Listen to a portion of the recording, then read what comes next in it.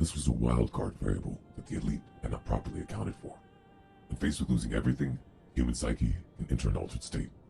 Medical professionals would typically diagnose this as shock, and from a spiritual perspective, our connection to our bodies is shaken. That sense of distance from the physical is literal. The veil between the worlds grows thin. Taken to an extreme, humans, like many animals, can actually die from serious fright. Fear is the first enemy. It shuts down the creative and rational parts of the brain. It prevents one from seeing the solutions right before their eyes.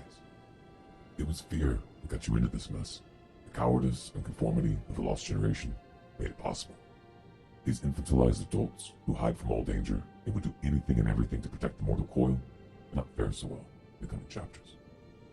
The root of all fear is death. Coming to terms with death is the root of all courage. Calm your mind, and you will realize that the situation is not nearly as hopeless as it might seem. What is sitting in all these containers behind us? Everything. Longshoremen telling me some of these containers have been sitting here for 6 months, with a shortage of truck drivers to get the goods on the highway and into stores. It's not just making things harder to find, it's making them more expensive. Today we face an economy that's in transition. And as part of that transition, we are seeing high prices for some of the things that people have to buy.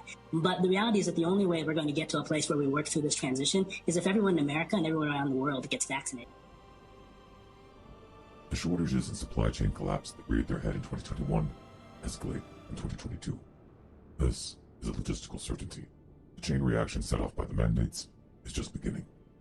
The corporate media and the politicians don't want to talk about the blockades by port workers and truckers or the rebellion brewing among the military and frontline workers. They don't want you to think about the implications of firing millions of people at the same time, sending families with children into poverty, while simultaneously withdrawing social safety nets for the non-compliant. Doing so would make it obvious that the tragedy about to unfold is neither unforeseen nor accidental. A high-ranking FDNY source tells CBS2 as many as 20% of fire companies could close and their ambulance fleet could be impacted as well. If the mayor doesn't budge on his mandate, ralliers say it could mean lives will be lost. This is really an absolutely unnecessary threat to the lives of New Yorkers. There is no crisis. Right now, 8% of New York City firefighters are out with fire-related injuries, and 1/16 of that number is out with COVID.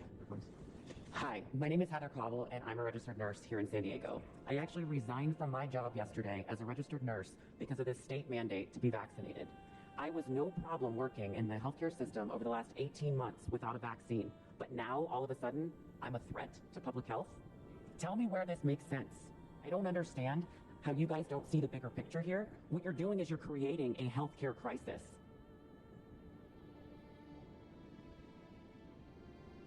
If the clowns running this circus get their way in your country, food rationing and social benefits will be tied to health passports. Troublemakers will disappear into quarantine. Regional and selective lockdowns will put the non-compliant under house arrest. Contact tracing and forced testing for any illness deemed a risk to public health provides the perfect smokescreen for a crackdown on dissent. Austria is warning people unvaccinated against COVID-19 that they could be put into lockdown if hospital intensive care units come under too much strain. This isn't just a power grab being attempted here. It has all the hallmarks of something far more ominous. If you want it spelled out, look up the Georgia Guidestones. This operation has been planned for years, and it is scheduled to continue into the late 2020s.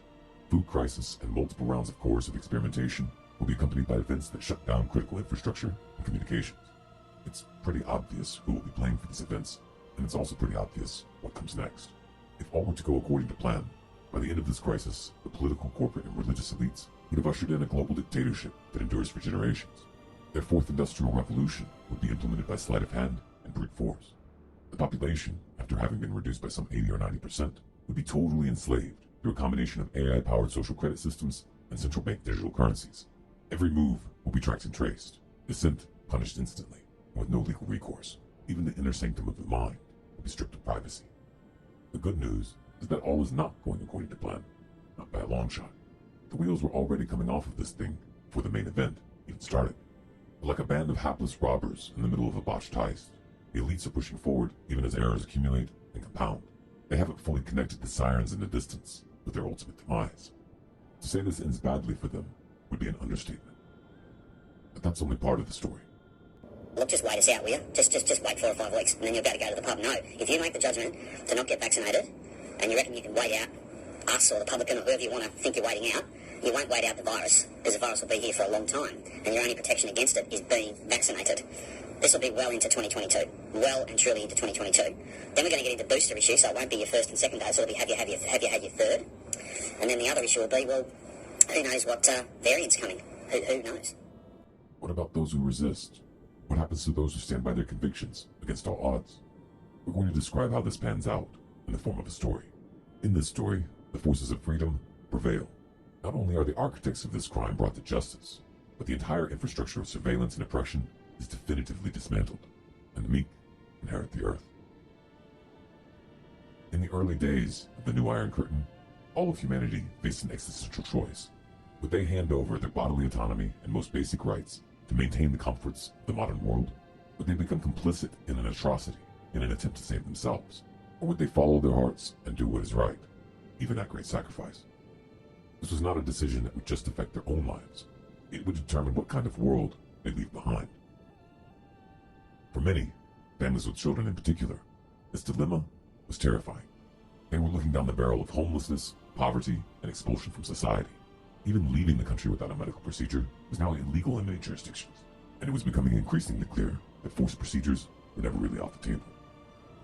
Scary stuff. For some, the stress would prove too much. The mental health crisis that had been festering since the pandemic would suddenly go parabolic. The powers that be want you to think that you are alone, but this is a lie. We are legion. As isolated individuals, they can make you feel powerless, but together, we are a force of nature. These lily-handed elites who've never worked an honest day in their lives want to kick millions of intelligent, free-thinking individuals out of the workforce.